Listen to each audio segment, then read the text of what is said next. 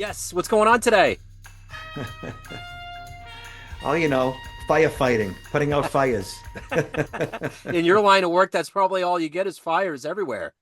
You know, I love what I do, and I deal with people that are victimized all the time. Yeah. It's heart-wrenching. I see people losing six and sometimes seven figures, and I've never seen more high dollar frauds in, perpetrated against regular everyday people like you and I happening so much in such a concentrated period of time. And when I connect with these people, like they are physically, spiritually, emotionally broken, Yeah. you know, and they don't know like how it happened. And I do, like, I understand how it happens. It's easy, actually, what they do. With what the bad guys do is pretty awful and awesome all at the same time, you Yeah. know? Like Yeah. what they do is incredible. And I'm seeing it way too much. And now with AI and deep fakes and voice cloning, most people don't stand a chance. Yeah. They just don't, you know? Yeah. So I've developed a a philosophy that I've been developing over the past 30 years of my professional career. Focusing on this and engaging with live audiences and talking to people like you, I've come to an understanding of why we do what we do and Yeah. why we react the way we do and why we're wired in such a way that in most cases prevents us from effectively reacting the way that we should when we're approached by somebody who has bad intentions, you Yeah. know? Yeah. So I got that kind of figured out. But, it's taken me 30 years to do that. Yeah. And the evolution of cybercrime and digital literacy and now AI, um, I'm just kind of like one voice out there that has this basic understanding of why Yeah. and how. Yeah. I mean, certainly there's plenty of others out there that kind of do what I do, but not many of them are tuned in the way that they could or should be to allow the general public to be able to like see what's happening to them. Yeah. For sure. Most of the training that is delivered by people like myself is what's called phishing simulation training. So you know how you get those scammy emails? Well, we all get them. And that training is a compliance required, check the box, consumable that most major corporations, pretty much all government agencies engage in because they Yeah. need to, Yeah. because there are local, state, and federal laws that say, hey, if you can't show due diligence, if there's a data breach, if your client records are compromised, if your employees do something that, exposes our state's records and so on, if you can't show that you're doing something to mitigate that, then you're going to be held significantly responsible. Like you're looking at government fines, class action lawsuits, the whole thing. So if you consume these services and show that you did what you were supposed to do, then you reduce those regulatory fines and Yeah. so forth. Yeah. You're still probably going to look at a class action and so forth. But that compliance check the box type training has been around for quite some time. But it solves that one problem of I've checked the box. Yeah.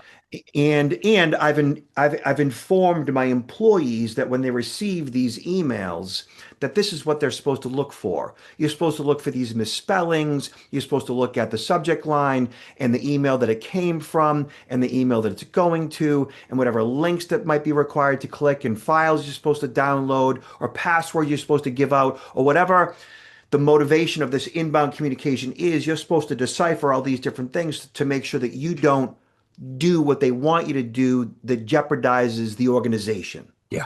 For That's sure. phishing simulation training. Yeah.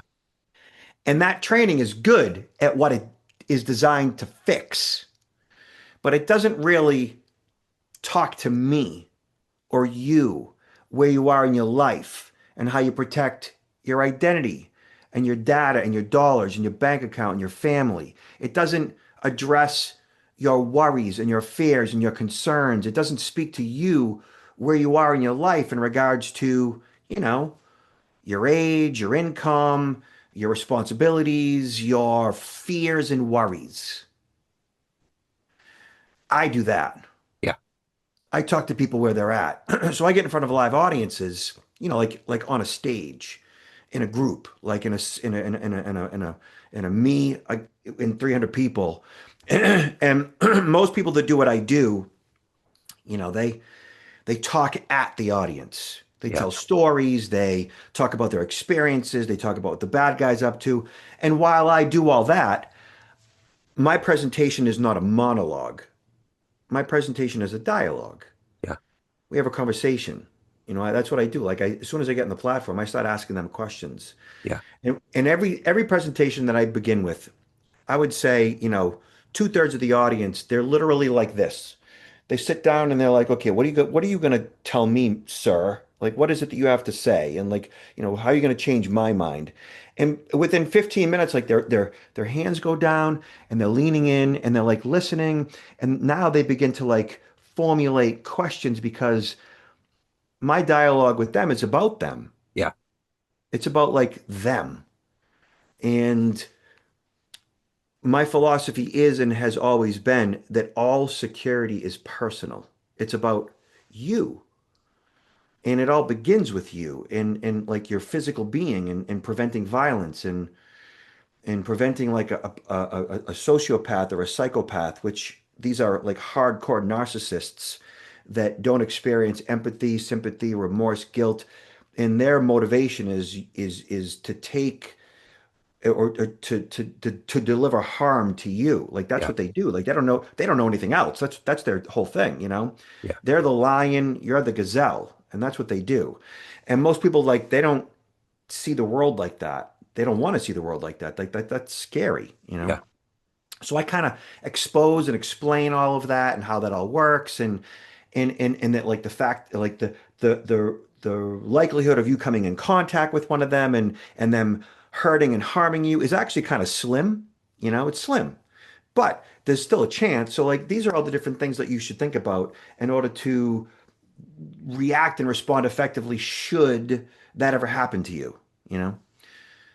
So by the way, are we doing a pre-interview or is that what this is or is this an actual I podcast? was going to do both. I was going to get to know you, but you've kind of hopped in, and I was going to take the baton from what you've just talked about because this is a lot of the marrow of what I want to get into. All right, let's So, do that then. are Okay, you I'm are you sorry. good with that? Okay, so we've hit the ground running. It's great to meet you. Thank you. So, where are you coming out of? Boston.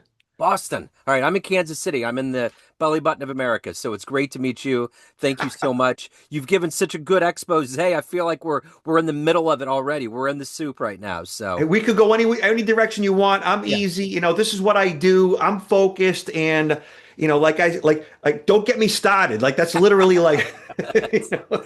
Man, how many times I heard my dad say my dad was he was born in Brooklyn, raised in Long Island. Grandparents came to Ellis Island, so yeah, I heard all of that my whole life. Don't get me started. Along with all the Italian cuss words, I learned all of that very early on, so I know it all really well. Love it. So so let's get into it. I want to begin our journey with this. How much did living through COVID and that period accelerate your business model and cyber threats and everything that we see now? Yeah, are we going? Yeah, yeah, we're hitting the ground. All right, so ask me that question again. So, COVID, I'm curious. I always start with this question, but I want to tailor it a little bit different. How much did things explode during that time period? Cyber It, threats and crime. yeah, interestingly, so what I was doing prior to COVID is I'd go out, airplanes, hotels, rent the cars, speak in front of live audiences, and that stopped at COVID. Like that was it. Yeah, I was done. I had no business, right? But what companies that brought people like me in started to do pretty much full time was engage in e-learning. E-learning where they'd consume a video, a pre-recorded video of a talking head or a cartoon or animation that would explain security and security awareness. And they did that like full blown all through COVID. And then 2023-ish, like my phone started to ring again, email started to come in. And well, I had been doing e-learning too. I had been doing like live online stuff. Like that still happened, but like to the degree that I was speaking live in front of audiences, like no. But anyways, like I survived it obviously.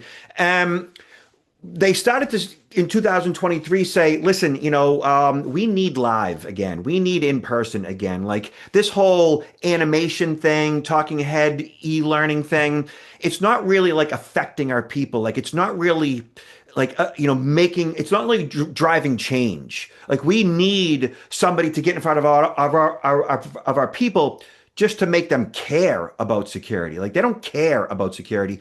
And the e-learning thing isn't enough. So 2023, 24, 25 has been my best year since pre-COVID, because now like e-learning is like it's kind of like met.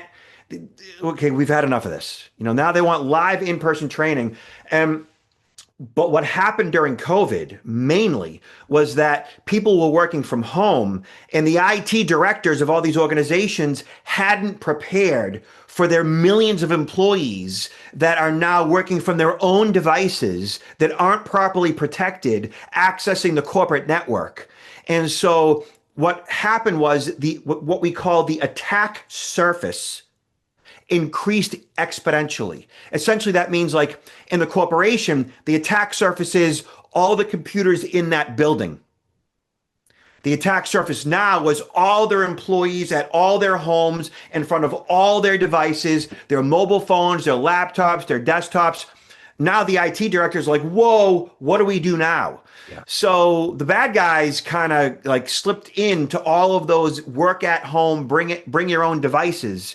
And it got ugly for a while there. And then they tightened things up. They deployed all kinds of software that essentially tightened up the employees, computers, and it slowed down a bit. But in that time frame, AI kicked in, yeah. Right? Artificial intelligence, right? And what that means is certainly corporations are using AI to secure their networks. Like there's all kinds of AI-driven solutions. But deep fakes, which is face overlay, video that is like, a clone of me or you, both, recorded and or live, and then voice cloning crept in. And so in the past 5 years, that technology has been perfected. It is awesome. It is awesome. Just a few years ago, you would have to spend thousands of dollars to get a likeness of you that would speak in your voice and be a duplicate of you and pre-record videos and such. Like it required like hundreds of cameras, like in this bank that would like film you and it would be take every aspect of like every facial expression. Now it's just software, and you can get it in Google Play, in an Apple iTunes. Like it's awesome and it's easy and it's consumable, and the voice cloning is perfect, and it takes like less than a minute of video like you and I, what we're doing right now, and audio like we're doing right now to create a perfect clone of another human. Wow. And we're not ready for that. Humans aren't ready to deduce real or fake, and I don't know if they ever will be. Right. Yeah, I agree. So let's get to the heart and soul of what you do on a daily basis. I'm going to put you in front of 12-year-olds. It's career day. You're in a school, and the kid in the back of the room is like, hey, what do you do for a living? How do you answer them? Awesome. I speak to 12-year-olds and because I have had them. So what I do is I provide a level of security awareness training that gets everyday people like you and I up to speed in regards to, what to look out for, how to manage risk. When the bad guy knocks on your door, right? Or they email you or they text you, right? How do you react? How do you respond to stuff like that? How do you know what to do? Or how do you even know to begin with that it's somebody who has bad intentions, yep, and that what they're asking of you or requesting of you or proposing to you is in fact a bad intention, right? And so my entire motivation is to get people thinking a little bit differently so that when these inbound communications come in, that you see it for what it actually is. You understand that this is actually somebody with bad intentions who's trying to do me harm. They're trying to steal from me.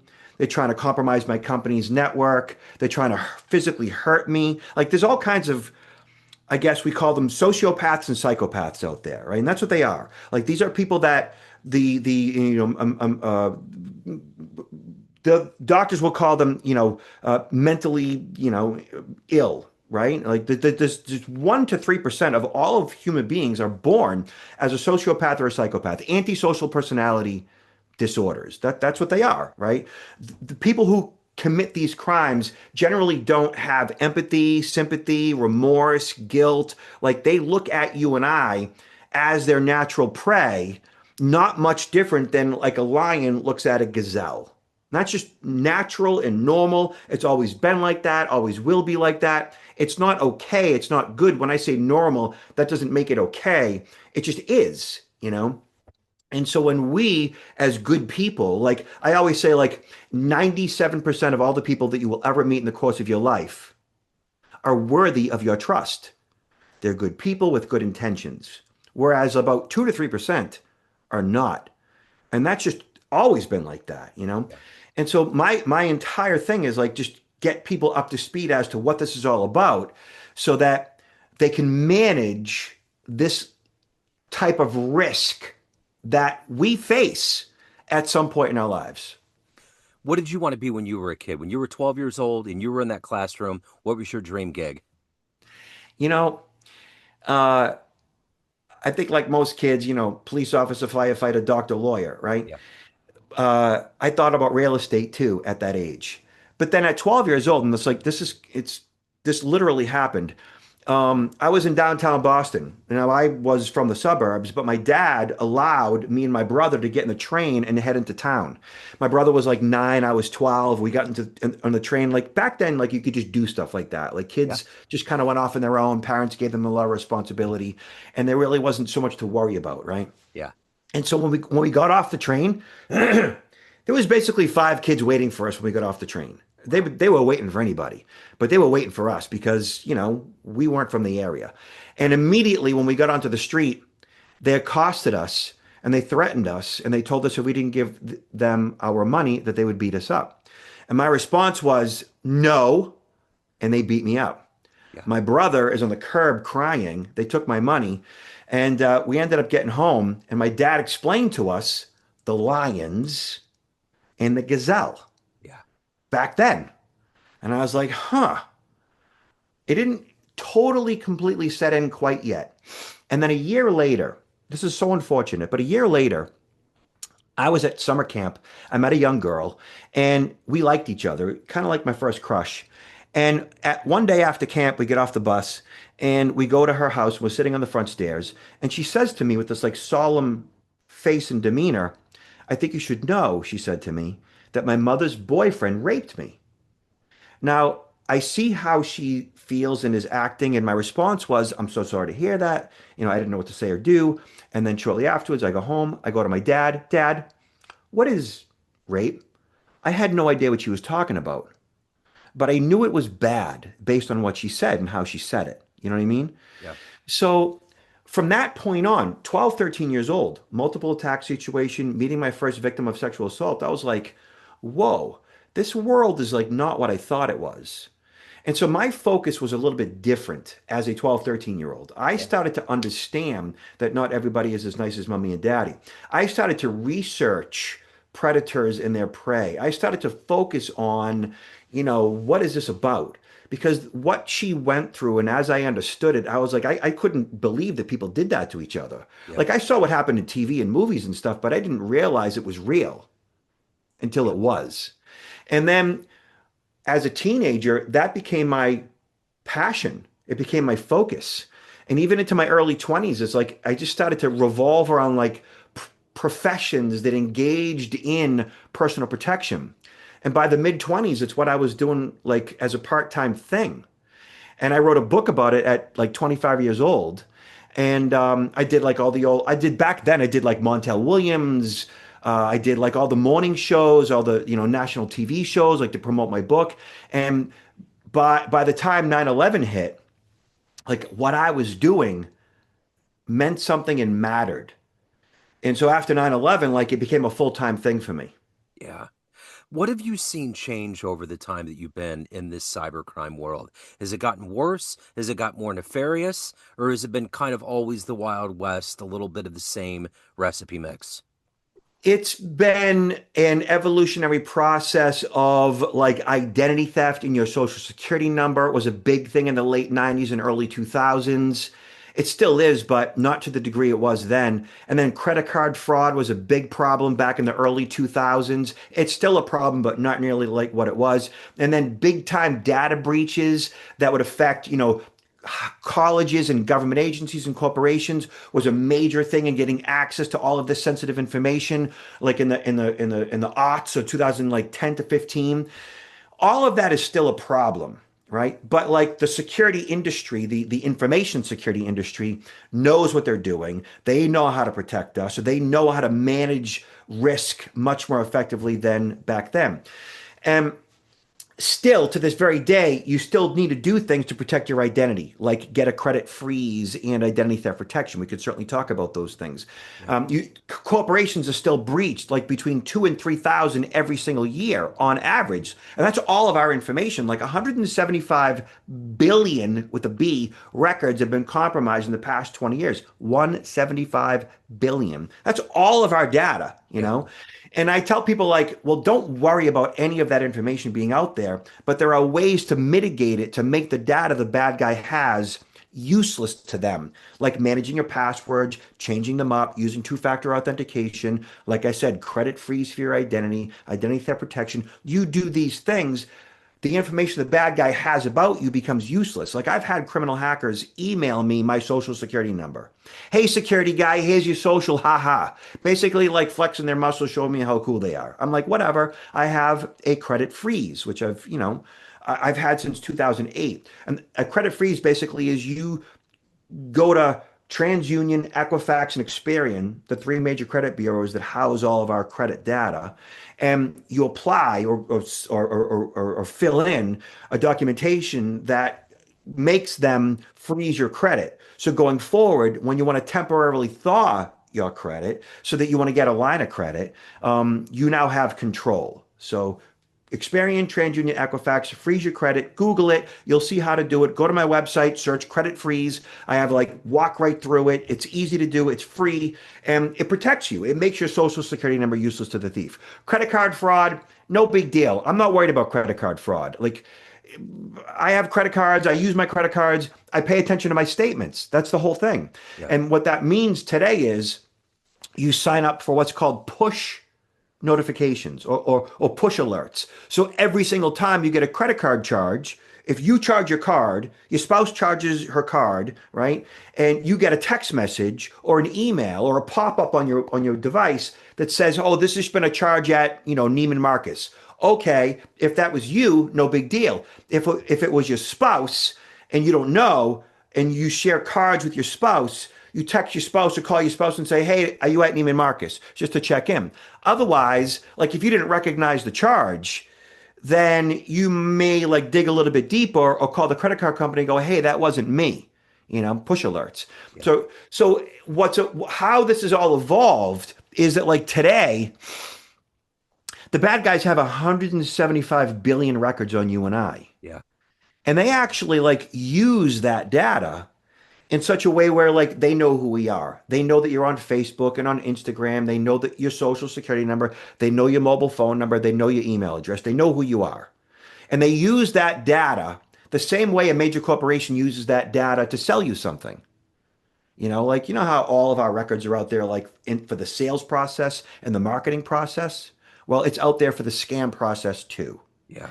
And so if they have this much intelligence about you, they use it against you.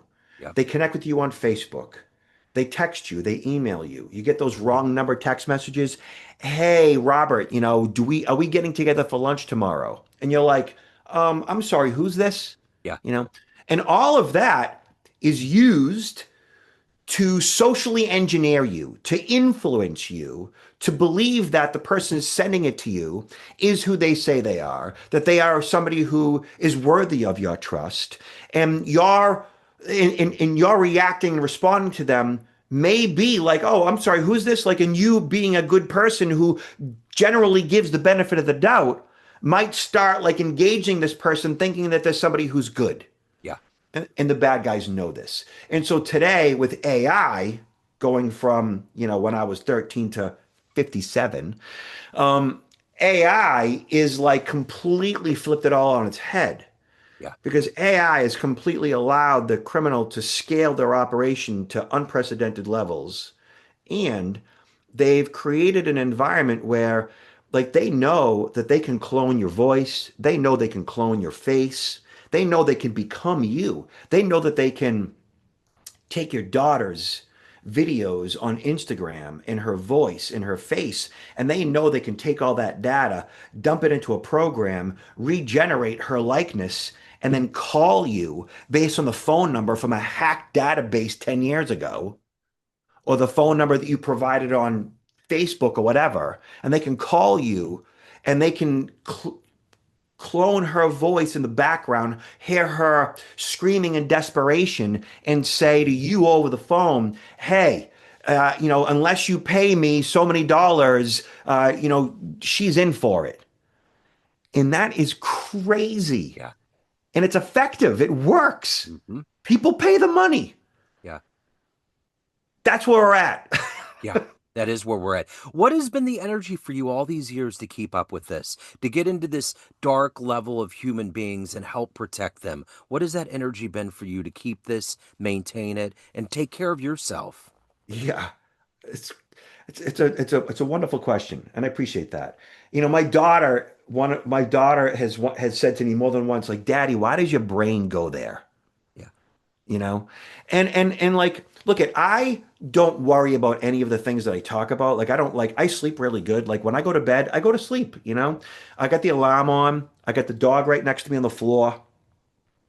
And she's like what's called a Belgian Malinois. They're not like a regular dog. They're like a very amazing protection working dog. I have systems in place to reduce risk, to manage my risk, and I have perspective. Like I know that like the likelihood of something bad happening to me is actually pretty slim. But like what I understand is more than most people is that like most people don't understand how these things work. They don't understand risk. They don't understand, frankly, that they should lock the doors to their home, not because like you're going to get invaded, but because like there's a chance that your house might be burglarized. And so if you don't lock your doors and if you don't have that home security system, it increases your risk. And I understand that. And the way that I understand it is like so basic, like if you don't wear your seatbelt, then you are at a higher risk for being injured in a motor vehicle accident. And putting a seatbelt on is a smart thing to do. So I understand these different things that I do are smart things to do to reduce that risk. And I do more of them than most people do because they don't see risk as something that they need to do. And in some cases, they don't see it as something that they want to do because nobody truly wants to think that these bad things can happen to them. Like nobody ever wants to think something bad can happen to them. Like why would you want that or think that or like acknowledge that? When I ask my audiences, like, how many of you have a home security system? Often I get like maybe 10, 15% of the room raises their hand. And then I start asking questions like, well, why don't you have a home security system? And I often get answers like, well, I don't have a home security system because I don't want to live like that.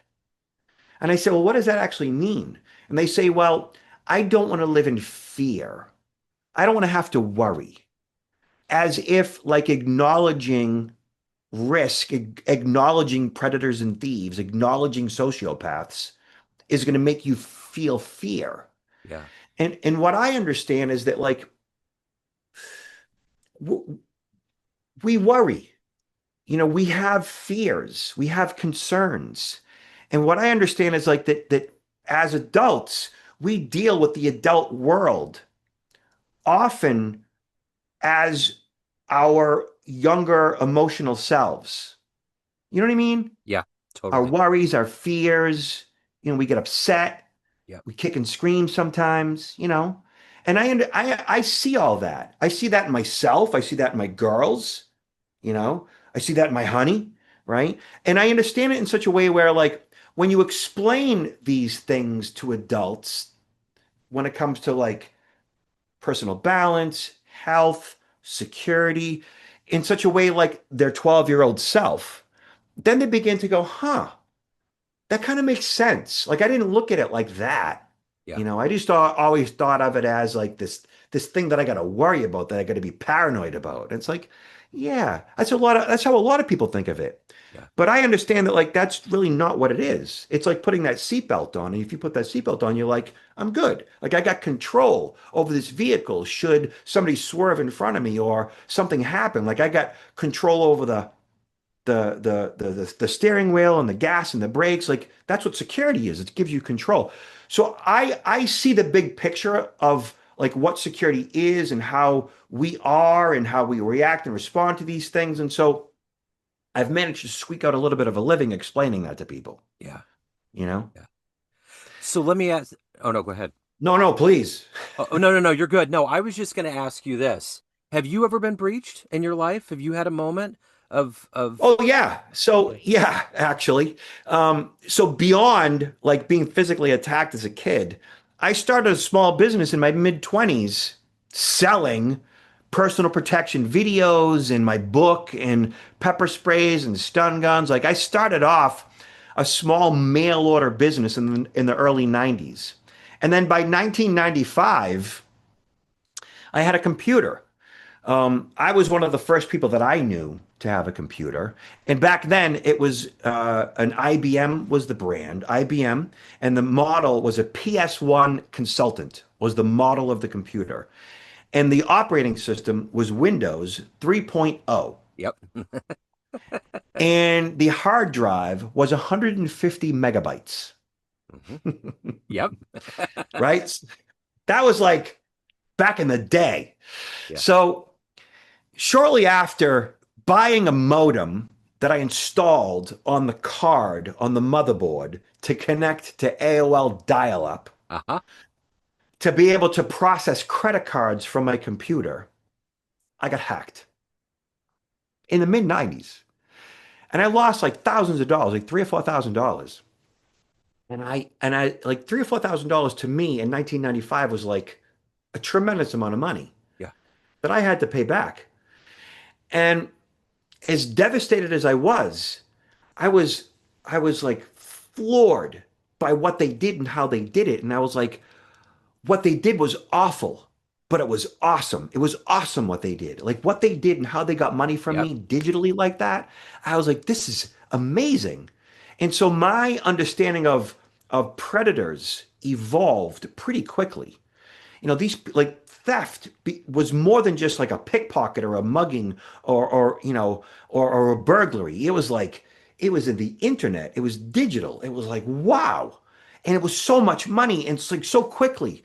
And when that happened to me, like my focus in regards to what security was, what personal security was, increased exponentially. It broadened overnight. And so from that point on, I started to investigate that and what it meant. And I started to see data breaches. I started to see identity theft. I started to see how the social security number and credit card fraud can be a thing. And that was in the mid to late 90s. And I started to like engage in all the various nonprofits that were talking about it and all the various companies that were providing solutions around it. And I started to speak on it, professionally and write on it and become a source for the media on it. And uh, that like became a full-time thing after 9/11, like I said. Yeah. And since that time, I, like everybody else, have experienced credit card fraud. Yeah. Other than that, I have put all the necessary systems in place to make sure that my business and my identity is relatively protected, Yeah. right?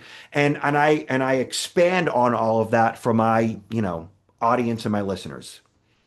So if anyone out there wants to take the next step, they want to hire you, they want to get your book, they want to get your kid, anything that will help them, where do they go? What's the best thing to do? So for B2B or B2C, I provide a monthly newsletter. I do what I do here with people like you, and I'm online at certainly search my name, Robert Siciliano, Siciliano on all the socials. Otherwise, my website is protectnowllc.com, protectnowllc.com. And I mean, I'm constantly putting out, articles and blogs on LinkedIn and on my own website. The whole idea is like I tell my audiences, don't worry about any of this stuff, but do something about it. Yep. And if you're following, my writings, you can't help but like want to, because I don't instill fear or worry. I install actionable strategies to make sure that like you got this, because we got this, Yeah. But I will say with the whole AI thing and deep fakes and voice cloning and all that, we don't got this if you're not No. paying attention. Yeah. I mean, It's we scary. really need to like be on our game at this point. Yeah. I never thought that catchphrase as a kid, keeping it real, would be something that we would grab onto now. Because it is. Like my son's on the spectrum and he'll pull up like Steph Curry talking after a game, and I'm like, no, no, it's not him. It's not him or LeBron or somebody. And now Hollywood has this AI generated actress, and it's wild, man. I mean, I think we've been around long enough so that if we hear music or see artwork, we can pick out that it's not human made. But for all these young brains that are really kind of getting their tread on this planet, man, it's scary. It's crazy. For the young brains and for us, I think what it's important that we all understand is that like throughout our entire lives, we grew up on the written word. So Yep. books, New York Times, Wall Street Journal, Time Magazine, Life Magazine, we trusted the written word, right? And then TV, of course, what we saw on television, we trusted what it was and what it was offering us or what its intentions were, whether it was like regular TV shows or the news, right? So in turn, over time, and the radio and podcasts, so in turn, all of that inbound media that we've consumed all of our lives, we inherently have learned to trust it because pretty much the majority of it has been worthy of our trust. Yeah. Now, streaming, TV, radio, podcast, print, you just don't know anymore. Yep. And I think that if you approach pretty much everything with that understanding, you've got a shot at not being hoodwinked. Absolutely. Robert, this has been fascinating. Thank you, sir. Thank you for taking a minute out. Best of luck. Have a wonderful 2026, man. Hey, I appreciate you as well. Yes, sir.